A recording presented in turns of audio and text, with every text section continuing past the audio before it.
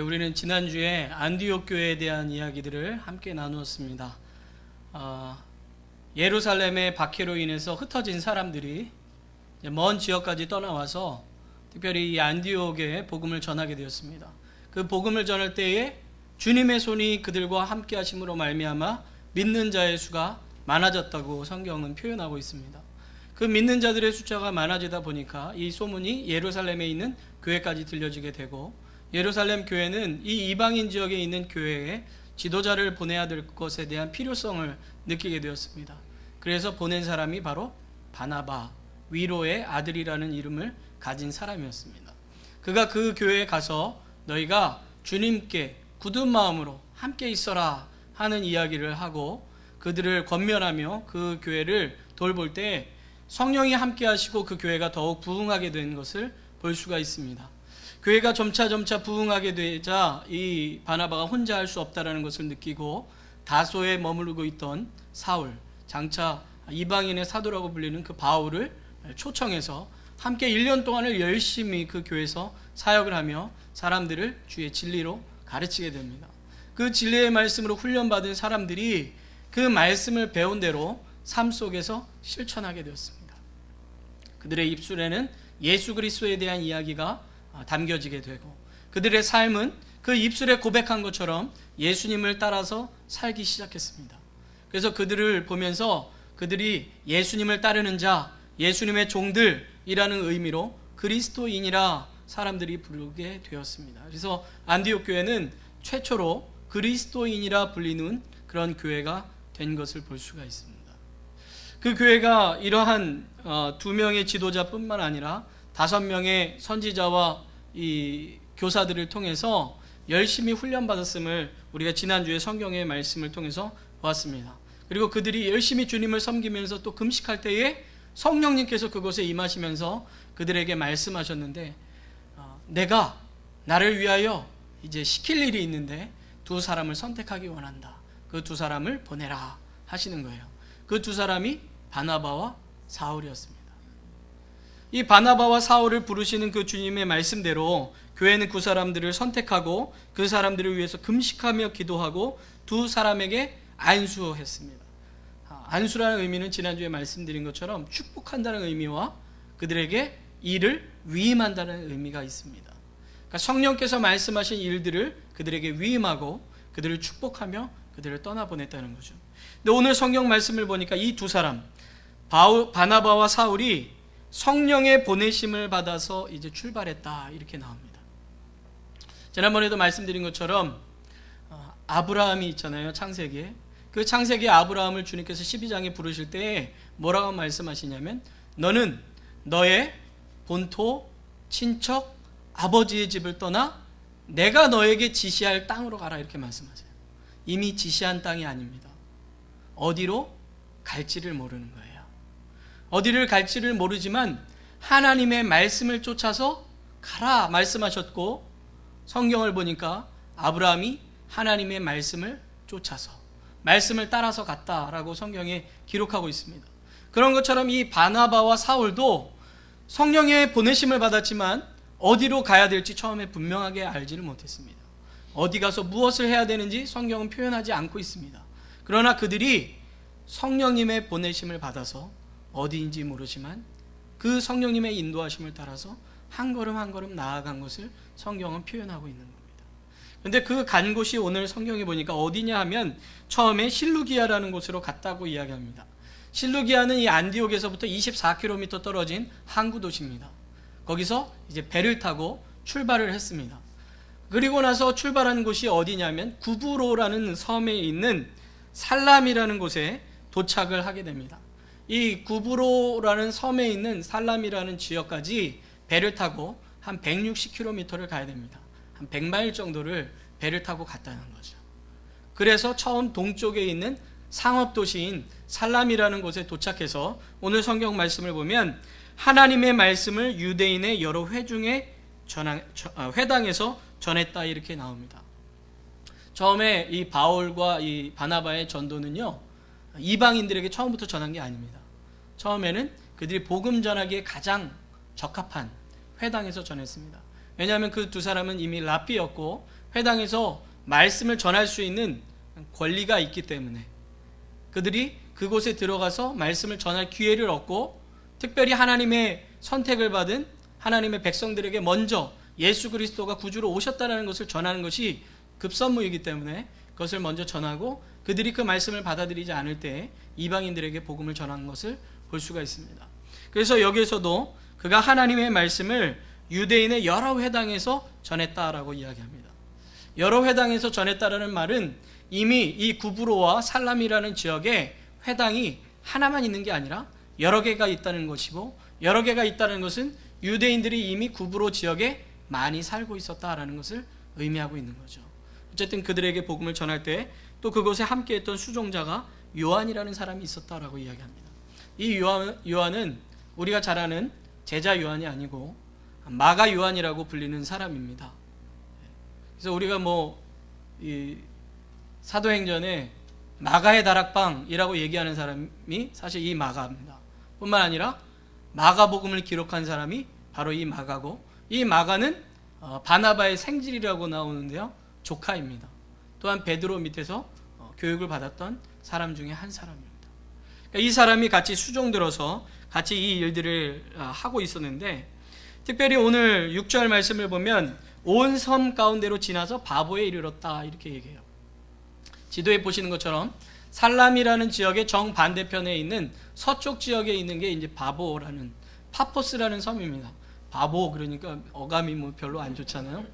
하지만 이 파포스라는 지역인데 원래는 구 파포스와 구 바보와 신 바보가 있었는데요. 새로운 바보가 아니고 신 파포스라는 이 지역이 이들이 갔던 곳입니다. 특별히 이 바보라는 지역은 그리스 로마 신화를 보면은 아름다운 미의 여신이 있어요. 아프로디테라는 그 여신을 섬기는 성전이 있던 곳입니다. 그러니까 이방 신상을 섬기는 지역이었다는 거죠. 이 구브로라는 지역이.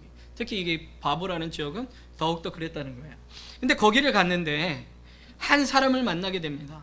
그 사람이 누구냐면 바예수라 하는 유대인인데요, 그 유대인 중에서도 거짓 선지자라고 이야기를 합니다. 바예수. 헬라어에서 바자는요 아들이라는 의미입니다. 그래서 바나바, 위로하는 자의 아들이라는 뜻이고, 바디메오, 거짓 소경 바디메오라고 들어보셨죠? 바디메오라는 사람은 디메오의 아들이라는 뜻입니다. 이 바예수라는 사람은 예수의 아들이라는 뜻이거든요. 근데 예수라는 말이 히브리어로는 원래는 여러분들이 잘 아는 여호수아 그리고 호세아 똑같은 말입니다. 하나님은 구원자이시다, 하나님은 나의 구원자이시다 하는 의미가 예수, 여호수아, 호세아 똑같은 말이에요. 그래서 예수님을 뭐라 그러죠? 이 땅을 구원하기 위해서 오신 구원자라고 고백할 때 예수라는 표현을 쓰는 게 바로 그래서 쓰는 겁니다. 진짜로 우리를 구원하신 분이지만, 어쨌든 이 사람의 이름을 다른 표현으로 하면 구원의 아들이라는 표현입니다. 이해되시죠? 구원의 아들이라는 뜻을 가진 사람이 바예수예요. 근데 이 사람이 뭐였다고요? 거짓 선지자라는 거예요. 이름은 거창하잖아요. 구원의 아들. 그런데 속은 어떻게 해요? 거짓 선지자예요. 양의 털을 쓰고 있는 이리와 같은 그런 자. 얼굴은 선하게 보이지만 속은 남을 속이는 사기꾼 같은 그런 사람이 이 바예수라는 사람이라는 거죠. 지금도 여러분들 보세요. 사기꾼들이 얼마나 착하게 생겼는지 아세요? 다 믿을만하게 생겼습니다. 사기꾼 중에서 나 사기꾼 이렇게 쓴 사람은 아무도 없어요. 막 선량하게 보이고 그 사람의 말을 따르면 진짜로 그 일이 성공할 것 같고 마치 그 사람대로 하면 모든 일이 잘 될 것 같아요. 근데 그렇게 그 사람을 쫓아가면 어떻게 됩니까? 망하는 거죠. 사기당하고 돈 다 잃고 건강 잃고 그렇게 되는 것처럼 이 바예수라는 사람이 그런 사람이라는 거예요. 이름은 구원의 아들이라는 뜻을 갖고 있지만 실제로는 남을 속이는 거짓 선지자였다는 거죠. 그런데 그 사람이 섬기는 사람이 있었다는 거예요. 다른 표현을 하면 그 사람을 믿고 그 사람을 자기 곁에 두고 있는 사람이 있는데 이 사람이 누구냐면 바로 이 구브로 섬의 총독이었던 서기오 바울이라는 사람입니다. 아주 아이러니하죠. 지금 복음 전하는 사람의 이름은 바울, 복음을 들어야 되는 사람의 이름도 바울이에요. 그러니까 여기서 서기오 바울이라는 사람이 이제 나오는데, 이 사람이 어떤 사람이라고 표현해요? 7절에 보니까 지혜 있는 사람이다 이래요. 지혜 있는 것 같으세요? 그 사람 옆에 지금 누가 있다고요? 거짓 선지자가 있단 말이죠. 사기꾼 같은 인간이 옆에 있는데 성경은 뭐라 그래요? 지혜롭다 이렇게 얘기해요. 굉장히 아이러니한 얘기죠. 그러니까요, 이 세상을 살아가는 사람들의 모습인 것 같아요. 이게 어떻게 보면 지혜로운 것 같지만 참 속기도 쉽고, 지혜로운 것 같지만 엉뚱한 거 붙잡으면서 살아가고, 지혜로운 것 같지만 생명보다 생명 아닌 것에 더 관심 있는 게 우리인 거예요. 가정을 사랑한다고 일을 시작했는데 일에 빠져가지고 가정을 놓치고, 그런 게 사실 우리의 모습 아닙니까? 행복하게 살려고 했는데 행복하게 열심히 노력하다가 자기가 불행해지는, 그게 우리의 모습인 거예요. 옆에서 누가 조금만 속여도 쉽게 넘어갈 수밖에 없는 인간의 모습이 우리의 모습이라는 거죠. 지혜 있는 자처럼 행동하면서 지혜롭지 않은 사람들이 얼마나 많습니까? 여러분, 참 놀랍게도 지성인이라고 하는 대학생들이 몰려있는 대학가에 점집이 제일 많대요. 그렇게 성공한 것 같은 분들이 일 잘못되면 다 어디로 가요? 무당, 점집 이런 데 얼마나 많이 가는지 몰라요. 그래가지고 뭐 청담동이니 이런 강남 쪽에 아주 그냥 비싼 돈 주고 해야 되는 점집에 아주 줄을 섰다 그래요. 아무 때나 못 가는 거예요. 예약 받아가지고 가야 되는 거예요. 그런데도 가는 거예요. 군인 장성 중에서도 특별히 가는 점집이 있대요. 당신이 이제 장군 됩니다. 그러면 되는 거예요, 진짜로. 그래가지고 막 그런 데 찾아간대요. 얼마나 그런 걸 우리 한국 사람들이 좋아하는지 예수님 믿는 사람들도 간다는 거예요. 제 친구, 저희 집사람 친구 어머니는 아이를 낳았는데, 그러니까 딸의 아이죠. 낳았는데 집사님이래요, 교회 집사님. 근데 이름 지으려고 목사님한테 간 게 아니라 점집에 가가지고 돈 내고 이름 져가지고 하고 그랬다는 거예요. 그게 우리 인간의 모습이라는 거죠. 어떻게 보면 굉장히 지혜로운 듯 하지만 자기를 위해서는 어떤 헛된 것도 내 걸로 만들려고 하고 그걸 위해서 노력하는 모습이 바로 우리의 모습이라는 거예요. 총독이면 얼마나 높은 지위에 있는 사람이며 얼마나 많은 공부를 했겠습니까? 그럼에도 불구하고 이 사람이 거짓 선지자를 곁에 두고 있다는 거죠. 그런데 성경은 뭐래요? 지혜로운 사람이라는 거죠. 근데 이 사람이 지혜로운 게 한 가지가 있어요. 그게 뭐냐면 바로 그 뒤에 나오는 말입니다. 바나바와 사울을 불러 하나님 말씀을 듣고자 하더라 하는 거예요. 이 사람이 거짓 선지자를 옆에 두고 늘 도움을 받았지만 이 사람의 마음속 한 구석에 아마 허전함이 있었겠죠. 뭔가 아닌 것 같은 영적인 어떤 갈급함이 있었는지도 모르겠습니다. 분명 이 사람은 선지자라고 어떤 이야기를 해주는데 그것이 나로 생명의 길로 인도하는 것 같지 않은 그런 마음이 들었다는 거죠. 아마 그런 의미에서 성경은 이 사람을 지혜롭다고 한 것 같습니다. 그러니까 성경을 가르치는 두 선생이 왔을 때 당신들의 말을 듣고 싶습니다 라고 얘기했겠죠. 아마 이 사람이 영적으로 완전히 어두워서 자기가 지금 완전히 이 지혜롭지 않은 곳에 빠져 있다는 것을 느끼지 못했다면 이 사람이 바나바와 바울을 청해서 아마 이야기도 듣지 않았을 것입니다. 그러나 그나마 이 사람이 뭔가 내가 잘못된 길로 가고 있다는 것을 느꼈기에 이 사람이 그 이야기를 했다라고 생각이 들고, 그렇기 때문에 성경은 그 사람을 지혜 있는 사람이라 이야기한 것 같습니다. 근데 이 지혜로운, 이 어떻게 보면 서기요 바울이라는 사람에게 복음을 이 바나바와 바울이 전할 때에 이 사람이 어떻게 했냐면 8절에 보니까 저희를 대적하여 총독으로 믿지 못하게 힘썼다 이렇게 복음을 전하는데 어떻게 했대요? 방해했다는 거예요. 엄청나게. 사실 복음을 전할 때는 굉장히 많은 방해들이 있습니다. 우리가 누군가에게 복음을 전할 때 그것에 반대돼서 어떻게 보면 사단의 공격이 있습니다. 그 사람을 예수 그리스도를 못 믿게 하는 그런 작전들을 사단들도 펼치는 거예요. C.S. 루이스라는 분이 쓴 책 중에 스크루테이프의 편지라는 책이 있습니다. 혹시 읽어보셨어요? 제가 일부 예배 때도 물어봤는데 읽어보셨습니까? 읽어보세요. 책도 좀 읽으시고 성경도 좀 보시고 TV도 좀 보시고 뉴스도 좀 보시고 골고루 좀 우리가 그런 걸 봐야 돼요. 이 C.S. 루이스라는 분은 기독교 변증가 중에 대표적인 분입니다. 근데 이분이 이 C.S. 루이스라는 분이 스크루테이프의 편지에서 뭘 썼냐면, 스크루테이프라는 게 누군지 아세요? 사탄의 이름이에요. 그러니까 쫄개 사탄이 자기 삼촌이자 이 대장 사탄한테 편지를 쓴 거예요. 어떤 인물이 있는데 내가 얘를 예수 그리스도를 못 믿게 하려면 어떻게 해야 됩니까? 그 편지를 처음에 쓴 거예요. 그런데 이 사람이 예수님을 믿게 되니까, 그러면 예수님을 믿는데 어떻게 하면 예수 그리스도를 잘 못 믿게 방해를 합니까? 하는 그 편지를 계속 써서 보내는데, 그거에 대한 답장을 이 삼촌이 계속 해준 내용이 스크루테이프의 편지예요. 재밌겠죠? 그러니까 막 이러는 거죠. 제가 이 사람으로 하여금 예수 못 믿게 제가 박해할까요? 못 살게 굴까요? 그랬더니 이 삼촌이 뭐라는 줄 아세요? 야, 내가 1000년 전에 기독교인들 다 박해하고 불에 태워 죽이기도 했는데 그랬더니 더 기도하고 더 열심히 믿더라. 그런 거 갖고는 안 된다. 이제 박해하지 말고 오히려 좋은 걸 줘라. 일이 잘 되게 해라. 그래가지고 일이 성공하게 되면 교회 안 가고 그냥 일만 하게 이렇게 만들려는 거예요. 그 다음에 또 사랑하는 여자를 주라는 거예요. 사랑에 빠지면 교회 갈 생각 안 하고 데이트하러 다니니까 사랑하는 여자를 줘라. 뭐 이런 얘기들을 통해서 주는 거죠. 그러니까 요즘 여러분들 박해는요, 옛날 같은 박해가 아니에요. 옛날같이 뭐 죽이고 그런 박해가 아직도 있는 곳도 있습니다. 터키라든지 인도네시아라든지 인도라든지 이슬람권에 있는 곳은 아직 그런 데가 있어요, 사실. 그러나 우리 같은 사람들에게 주는 박해는 못 살게 하는 박해가 아니에요. 너무 잘 살게 만드는 거예요. 그래서 하나님 부르짖지 않고도 되도록 만드는 거예요. 그리고 예수님을 믿었을 때는 어떻게 하는 줄 아세요? 사탄의 방해가 그리스도인으로서 영향력을 끼치지 못하게 만드는 거예요.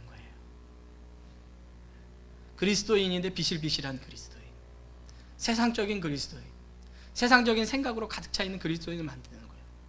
근데 그나마도 열심히 하려고 그런다. 그러면 어떻게 하냐면 너 혼자 잘 먹게 만드는 그리스도인을 만드는 거예요. 그래, 나 혼자 기도 열심히 하고 나 혼자 성경책 열심히 보고 나 혼자 교회만 잘 다니자. 뭐 전도는 무슨 전도야, 나 혼자 잘하면 되지.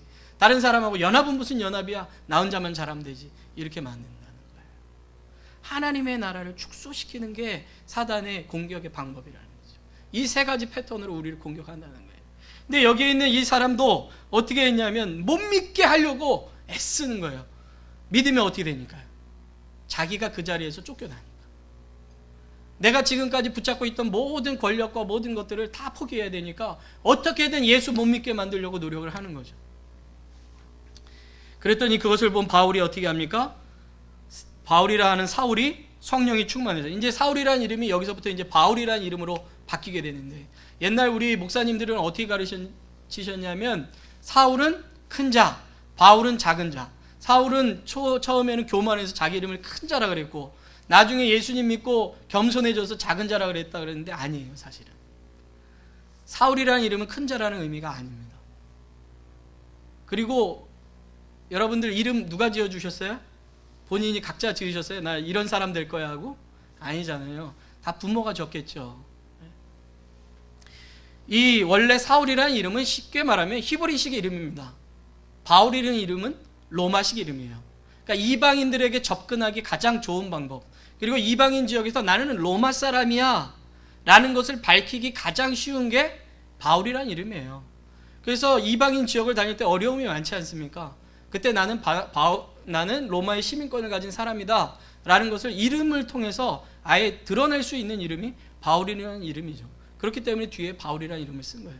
뿐만 아니라 로마 사람은 기본적으로 이름을 3개를 갖고 있었대요. 우리가 알고 있는 이름 사울, 바울 외에도 아마 또 하나의 이름을 가지고 있었을 것이다. 성서학자들과 역사학자들은 그렇게 보고 있습니다.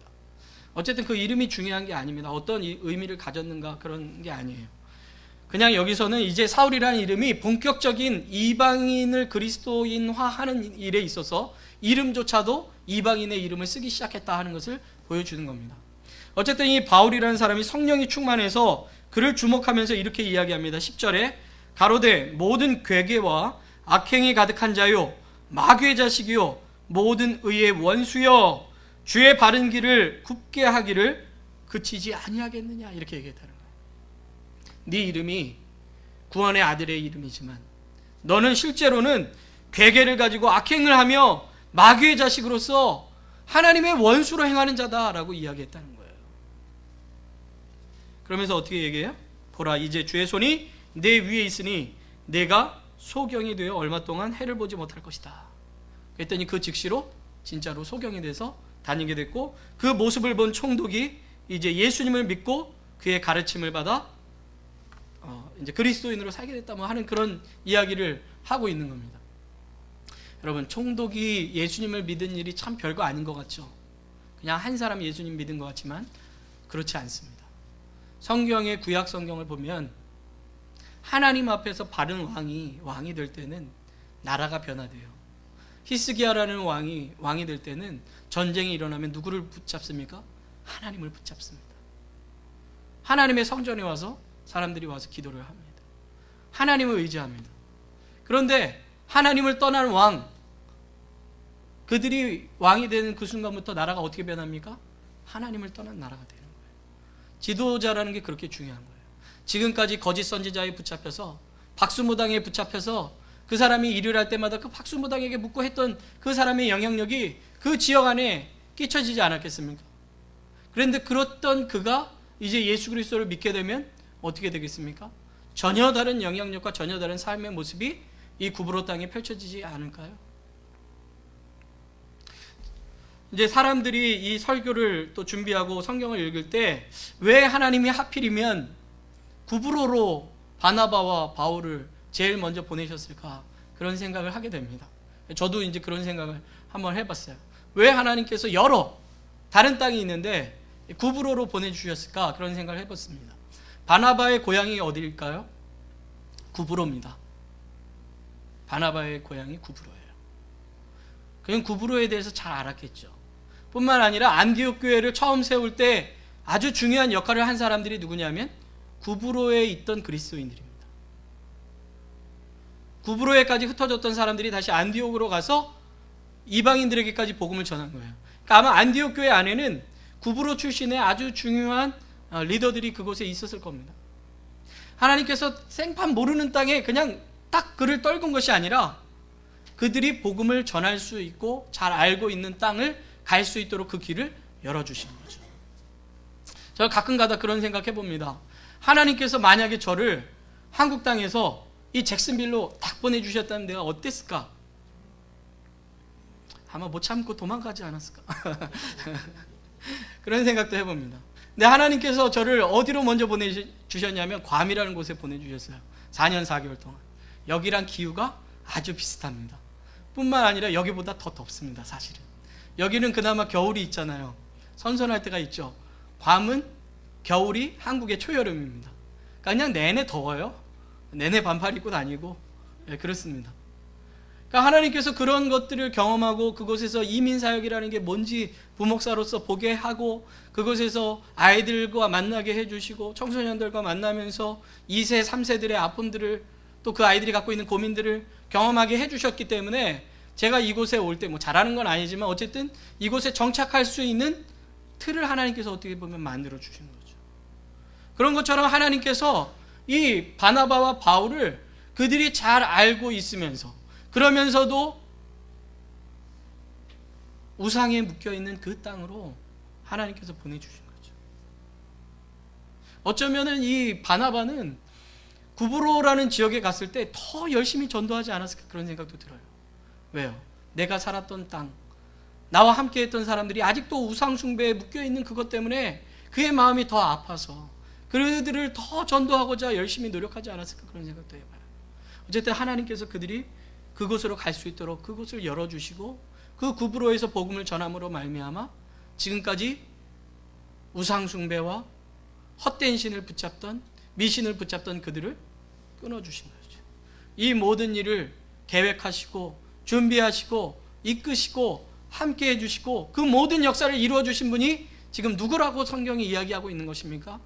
성령님이 그렇게 해주셨다는 거예요. 성령님이 그들을 보내주셨고 성령님이 그곳에 사람들을 만나게 해주셨고 성령님께서 그 지금 바울이 하고 있는 그 사역 위에 함께 해주셨다는 거예요. 그래서 바울도 뭐라고 얘기합니까? 주님의 손이 내 위에 있다 이렇게 얘기하는 거죠. 그들이 지금 하는 모든 일들이 자기가 원해서 한 것이 아니라 성령이 충만하여 성령의 인도하심을 받아 그 일을 하고 있다라고 이야기하는 거예요. 저는 우리 교회가 이러한 모습이 나타나기 위하여 가장 필요한 것 중에 하나가 바로 이 성령의 충만함이라고 생각합니다. 성령님께서 우리를 붙드시고 우리를 인도하시면 이러한 일들이 우리 안에 있을 줄 믿습니다. 저는 성령님께서 우리를 택하셨잖아요. 우리를 불러주셨잖아요. 하나님의 자녀로 만드셨잖아요. 그리고 우리를 한마음 장로교회라는 교회로 부르셨잖아요. 그렇다면 우리 교회를 통해서 행하실 일들이 반드시 있다고 믿습니다. 여러분들, 제가 처음 왔을 때 많은 분들이 저한테 이런 말씀을 하셨습니다. 이 잭슨빌 지역은 참 희한하게도 교회가 100명만 넘어가면 교회가 문제가 생기고 교회가 갈라진다, 그런 얘기 하셨어요. 너무 당연하게. 그리고 지금도 정말 그런 일들이 얼마 전에도 또 있지 않았습니까? 네? 어떻게 보면 굉장히 가슴 아픈 일이죠. 그런데 우리가 그런 것을 보면서 이거는 뭐 당연한 거야, 이 지역사회는 원래 그래 라고 넘어간다면 우리는 그것으로 끝나는 겁니다. 그러나 하나님께서 이 사회가, 이 땅이, 이 한인회가 그런 곳이다라는 걸 우리에게 보여주셨다면 하나님은 우리를 통해서 그걸 끊으시기를 원하시는 거예요. 지금까지 흩어졌던 곳을 주님께서는 우리를 통해서 하나 되기를 원하시는 거죠. 지금까지 분열의 영이 역사하던 이곳이 우리 예수 그리스도를 믿는 사람들이, 교회가 기도할 때 그것을 끊으시고 하나 되기를 원하신다는 거예요. 지금까지 잘못된 것으로 묶여 있었다면 기도하는 자들을 통해서, 성령 충만한 자들을 통해서, 바로 저와 여러분을 통해서 이 땅에 그것을 끊기를 원하신다는 거예요. 저는 우리 교회가 그 교회를 감당하는 교회 되길 바라요. 그렇기 때문에 주님께서 어쩌면 우리에게 이름을, 모르겠어요, 그때는 누가 왜 이런 이름을 짓게 만들었는지 모르겠지만 우리 교회를 한마음 장로교회, One in Christ라고 지은 이유가 전 그냥이라고 생각하지 않아요. 그냥 사람들이 좋은 이름이니까 졌구나. 그럼 좋은 이름이라고 졌으면 책임져야죠, 이제는. 그렇죠? 아니, 이름 그렇게 져놓고 2개, 3개 갈라지면 안 되잖아요, 마음이. 한마음 교회라고 졌다면 한마음 교회가 될 수 있도록 책임을 져야 되는 거예요, 주님 안에서. 그래서 저는 우리 교회가 그런 교회 됐으면 좋겠어요. 이 지역이 하나 되도록 기도할 수 있는 교회. 우리 교회의 부흥뿐만 아니라 이 지역사회에 있는 모든 교회들이 부흥할 수 있도록 기도할 수 있는 교회. 이 지역에 흩어진 자들이 있다면 그들이 모일 수 있도록 기도할 수 있는 교회. 그리고 그것을 힘쓸 수 있는 교회가 될 수 있게 되기를 바랍니다. 저는 뿐만 아니라 저와 여러분을, 여러분의 가정과 저의 집에 주님께서 그렇게 보내셨다고 믿어요. 지금까지 혹시 예수 그리스도를 안 믿던 가정이 있다면 우리를 통해서 예수 그리스도를 믿게 해주시고, 잘못된 습관에 의해서 묶여있는 가정이 있다면 그 습관을 끊게 해주시기 위해서 저와 여러분들을 그 가정에 보내주셨다고 믿습니다. 저는 저희 부모님이 예수 그리스도를 믿은 1세대입니다. 저희 부모님이 처음 믿기 시작하셨어요. 그래서 묶여있는 게 정말 많아요. 저희 아버지 같은 경우는 저희 할머니가 저를 하나 져주고 낳은 아들입니다. 그러니 얼마나 불공을 들이셨겠습니까? 저희 할머니는 불교 플러스 샤머니즘이 가득한 분이에요. 그러니까 집에 딱 가면 벌써 이 부적들이 그냥 집에 그냥 쫙 붙어있던 그런 집이에요. 저희는 유교적으로도 저희 집이 그 장남 집안이기 때문에, 종갓집이기 때문에 늘 제사가 있던 집입니다. 저희 어머니가 제사 음식을 차리면서 늘 십자가를 그리면서 기도했어요. 하나님, 제사가 끊어지는 가정 되게 해주십시오. 우상숭배가 끊어지는 가정 되게 해주십시오. 진짜 없어요, 지금요. 그리고 저한테 그걸 물려주지 않기 위해서 일부러 그런 거 할 때 부르시지도 않았어요. 저는 욕 많이 먹었죠, 어른들한테. 야, 종갓집 종손이 제사 드리는데 와보지도 않냐, 별의별 욕도 다 먹어봤습니다. 근데 저희 부모님 때가 그 방패가 돼서 그걸 끊어주신 거예요. 저는 저희 자녀들에게 더 그리스도인다운 삶을 살게 하기 위해서 저희 집안에 아직도 끊어지지 않은 그 문제를 끊으려고 노력하고 있습니다. 그것이 저와 여러분들에게 주어진 숙제예요. 저희들이 가진 사명이에요. 다음 세대들에게 더 올바른 복음 안에서 살아갈 수 있도록, 생명의 길을 갈 수 있도록 그 길을 열어주는 사명이 우리 안에 있다는 겁니다. 그것을 위해서 저와 여러분들이 기도해야 되는 거예요. 그걸 위해서 믿음의 본을 보이며 살아가야 되는 거예요. 저는 오늘 이 바울과 바나바를 통해서 성령님께서 역사하셨던 그 역사가 저와 여러분을 통해서 있게 되기를 바라고, 이들을 통해서 구브로 땅이 변화되어지는 것처럼 저와 여러분의 가정과 이 교회와 이 사회가 변화되게 되기를 주님의 이름으로 축원합니다.